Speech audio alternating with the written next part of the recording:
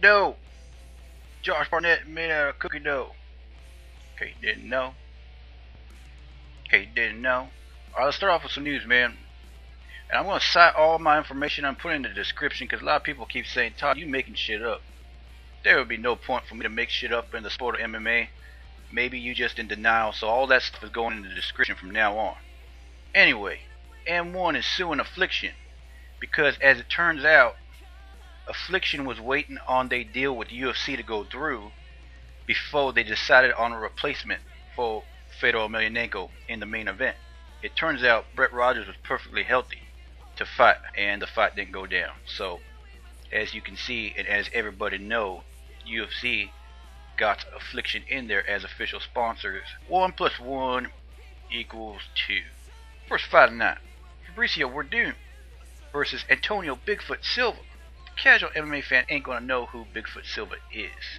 His nickname don't lie. He's like 6'4", 300 pounds. I don't know if this is an open weight fight or if Bigfoot gonna cut to 265.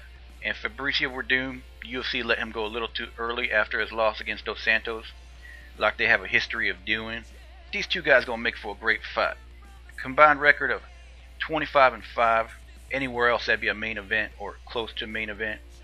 Now on this card, if Fabricio gonna win this fight, I know he a black belt in jiu-jitsu. Antonio Bigfoot Silva a black belt and punch people in the face. So Fabricio gonna have to keep Bigfoot on his back. Fabricio can't keep Bigfoot on his back. Bigfoot winning this fight. Bigfoot gonna win the stand up, and Bigfoot gonna win the ground and pound. Antonio Silva by split or unanimous decision.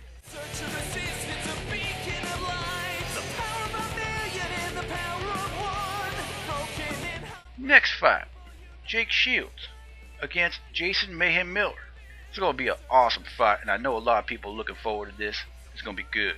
Jake Shields is like on a 10-12 fight winning streak, and Jason Mayhem Miller is the strongest skinny guy anybody ever knew.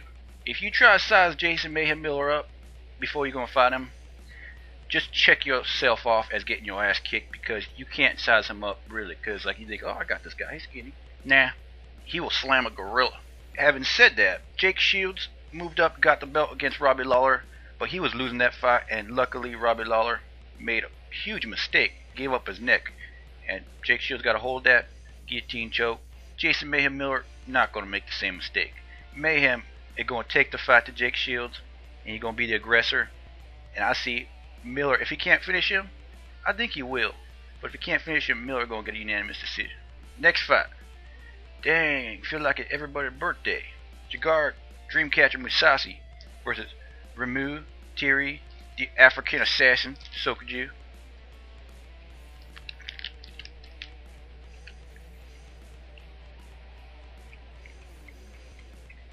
Cookie dough and coffee, man. Not bad. Not bad. This damn coffee, man. Got me more riled up than my friend who did tweak through all the 90s. Sokoudjou coming off of kicking the shit out of Bob Sapp in that Hulk tournament overseas in Japan. So Sokoudjou pretty greased up for this fight. He ready to go. He'd been active the past few months.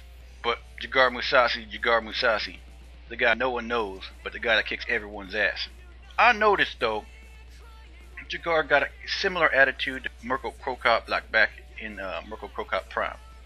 A little too laid back and maybe comes off as a little bit cocky. If Gegard don't check himself, this could be like Cro Cop versus Random in 1, where Cro Cop just went in there like, yep, I'm gonna win, and he didn't win.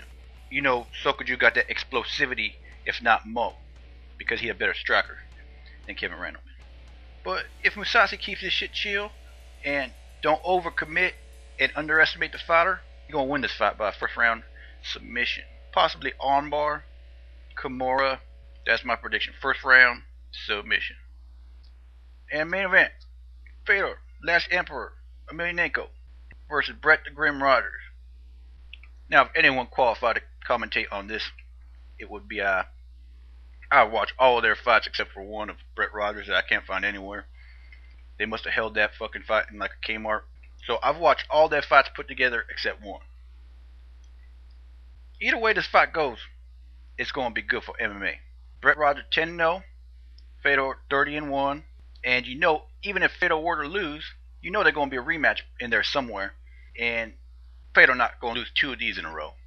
So the back and forth rocky aspect of it that could happen if the upset were to go down would only be better for MMA. A lot of people can't grasp that right now, but if you look ahead and see how it would plan out, it would be definitely good. In every one of Fedor's fights, when he's fought on a big, strong striker, except for Andrei Arlovski, he's taken him down very quickly. Semi-Shield, Mark Hunt, Hongman Choi.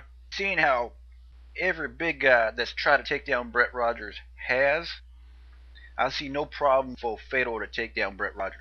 The only chance I see Brett Rogers has of capitalizing on that is when Fedor come in. He got a split second or two to land one or two punches because he leaves himself open. Other than that, I see Brett Rogers against the cage and get swept by Fedor. Look at that James Thompson fight. He took down Brett Rogers like 3 or 4 times. And if he was good on the ground, he would have kept him there. But none of those fighters were good on the ground enough to keep Brett Rogers on his back. I know Brett Rogers is a big guy, but his takedown defense is probably about a C+. If Fedor try to keep this fight standing, it's a 50-50 fight, 60-40 Brett Rogers. Because Brett Rogers got the reach, and he's pretty quick for a big dude. And we know how Fedor likes to, actually we don't know, but he likes to dodge punches like leaning back. And you could dodge punches leaning back, but if that guy got a long reach, you can't do it for long because he's going to clip you one of these times. Like Chuck Liddell used to do that a lot until he got caught by Rampage. Muhammad Ali used to do that all the time until he got caught by Joe Frazier and he got saved by the bell. People don't duck their heads anymore. People lean their heads back, and even Fedor Emelianenko does that. Happened to Lennox Lewis, and then it happened to Hasim Rahman in the rematch. You can't do that. Guys with long reaches will eventually catch you, so Fedor Emelianenko has got to take this to the ground because through his bad habits, they play into Brett Rogers' strengths. He implement his game plan, easy win. Shoot in, take him down, submission. If he feel like he gonna go at it with him, then that's when the fight enters the realm of no one knows. And it will actually be an exciting fight. But for Fedor fans, it won't be too exciting. For Rogers fans, yes. But even then, I still think Fedor gets the knockout, so I gotta go with Fedor on this one. First round submission, I'd say no more than 2 minutes. And if Fedor wins this fight, no one gonna want to fight him. No one gonna want to fight him.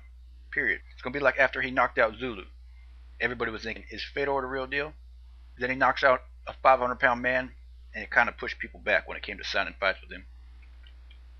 This will do the same thing. Everybody know Brett Rogers will knock out Brock Lesnar. Everybody know Brett Rogers will take care of Nogueira. Everybody know Brett Rogers will beat Randy Couture. I'm not going all in when I say that. Brett Rogers hungry. He wanted bread. Broken and humble, people unite.